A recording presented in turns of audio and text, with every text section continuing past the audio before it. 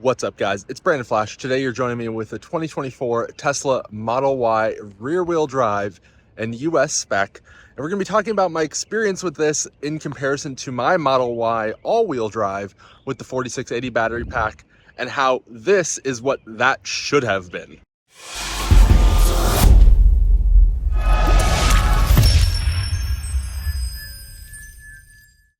Well, you're joining me in the Model Y rear-wheel drive now. We're sitting in traffic. We're using full self-driving, but effectively the same as autopilot for this use case. And what do I mean by the rear-wheel drive is what the all-wheel drive should have been? Well, the rear-wheel drive and the all-wheel drive are effectively the same price, had very similar range, or at least rated range. And some people might call out that the rated range was different, and technically it was. However, it was under different algorithms. So the 2023 Model Y all-wheel drive, which I personally own, was rated for 279 miles EPA. And then this 2024 Model Y rear-wheel drive is rated for 259 miles EPA. However, the EPA algorithm or formula changed in 2024. So if I apply the same adjustment that Tesla made to their other Model Y trims, so the long-range rear-wheel or long-range all-wheel drive, it was about 7% drop in rated range from 2023 to 2024. Even though, to my knowledge, they're the exact same vehicle, and same with the Model Y Performance and some of the Model 3 trims. And if you take that 279 and multiply it by 93% to essentially apply that correction factor, that puts you at 259 miles. So effectively, using 2024 EPA cycle, they have the same rated range. The other difference is that the Model Y all-wheel drive is faster because it's all-wheel drive. It has a front motor instead of having just the rear motor. So that's expected. That is what it is, and I don't really care that much. I think the rear-wheel drive is fast enough. It's 6.6 seconds 0 to 60, which is certainly not fast per se, but it's definitely artificially limited down low. And at highway speeds, or like once you're already going, it's actually plenty. Like I don't think you'll ever feel the need for additional power if you floor it on the interstate to get around someone. It has more than enough for that use. The all-wheel drive is obviously faster, and if you want speed, well, you should probably just buy the Performance anyway rather than the base model, and then you have all the performance you could want. That's, I believe, 3.5 seconds 0 to 60, so more than adequate there. The base model is not intended to be a performance model, or it would be the performance model. And then there's the charging capabilities. So the Model Y all-wheel drive with the 4680 battery pack, again, that I own, it's rated for 230 kilowatt max charging speed. The Model Y rear-wheel drive 2024 is rated for a max charging speed of 170 kilowatts. And on paper, that would lead you to believe that the Model Y rear-wheel drive will charge worse than the Model Y all-wheel drive. However, that could not be farther from the truth. I did some charging tests in the 24 hours I had with this Model Y rear-wheel drive, and to go from 10 to 80%, which is a pretty normal road trip charging range, the all-wheel drive takes 39 minutes. So that's at about 46 and change kilowatt hour. And the Model Y rear-wheel drive that I've been testing, to again add 46 and change kilowatt hour, basically the exact same, takes 22 minutes. So that is a huge difference. That is almost half.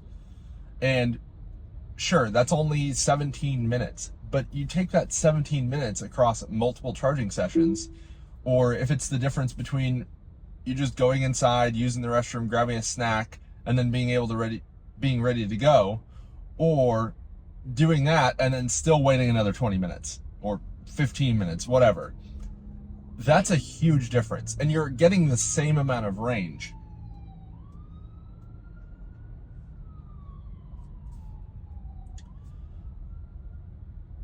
And again, on charging performance, the rear-wheel drive, the 2024, can go from 0 to 100% charge in 39 minutes. And coincidentally, that's the same time that it takes to go from 10 to 80% on the all-wheel drive. So you're getting 20% more range and you're using the entire battery in the same amount of time.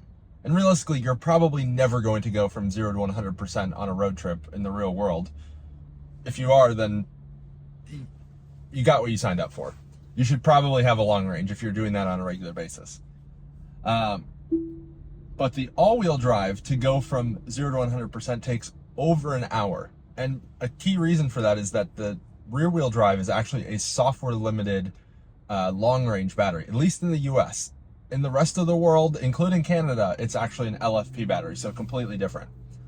But in the US, they're using the long-range battery pack and just applying a software limit to it. And the reason they're doing that is to be able to have it eligible for the federal tax credit, which requires a certain percentage of content to be made in the US.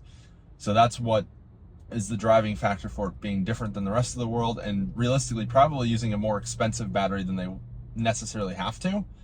But that basically means that they're using that long-range battery pack and you're only charging it to 85% when it's showing 100%.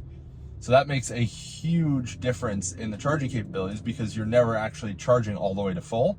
And that full is actually 85%. So at 100%, right before it stops charging, you're still doing 37 kilowatts.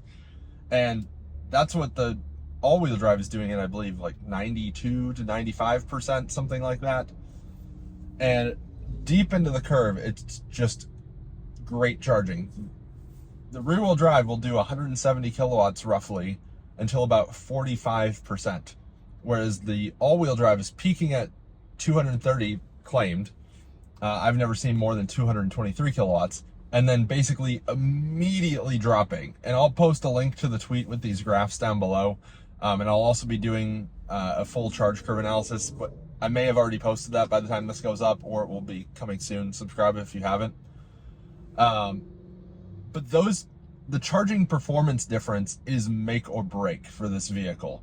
Especially being a shorter range vehicle, you're having to use more of that battery pack on typical road trips than you would on a long range.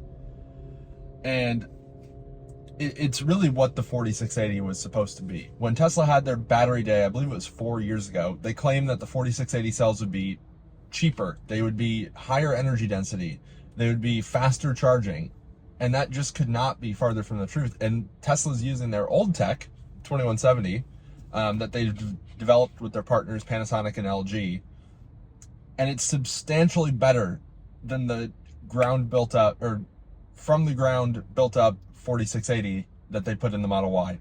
And I realize that that's the Gen 1 cell that they put in the Model Y versus the Gen 2 or I believe Gen 3 that they're putting in the Cybertruck.